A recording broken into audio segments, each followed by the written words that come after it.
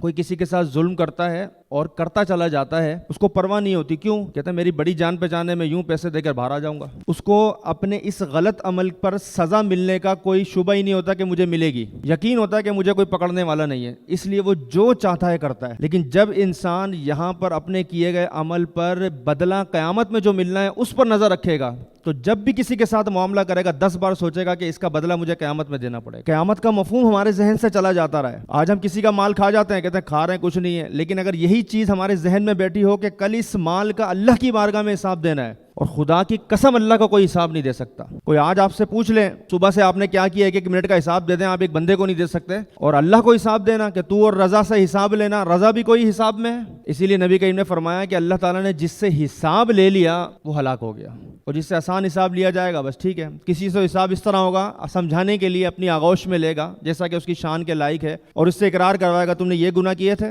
تم نے یہ گناہ کیے تھے، سب اقرار کرے گا کہ یا اللہ کیے تھے، اب وہاں کون جھوٹ بولے۔ اس کے بعد دل میں سمجھے گا اب تو میں گیا، اب تو میں ہلاک ہو گیا، اب تو مجھے جہنم میں ڈالیں گے۔ اللہ تعالیٰ فرمائے گا جس طرح ہم نے دنیا میں تیرے گناہوں پر پردہ رکھا تھا، آخرت میں بھی تیری بخشش و مغفرت کرتے چلے جائیں۔ تو سب سے پہلی چیز جو ہمیں سمجھنی ہے یا ذہن میں رکھنی ہے وہ قیامت کا تصور وقتاً فوقتاً اپنے ذہن میں قائم کرنے کی کوشش کرنی ہے۔ خدا کی قسم اگر یہ تصور ہمارے ذات ذہن میں قائم ہو جائے تو ہمیں بہت سے گناہوں سے بلکہ لوگوں کے حق تلفی سے روک دے گا۔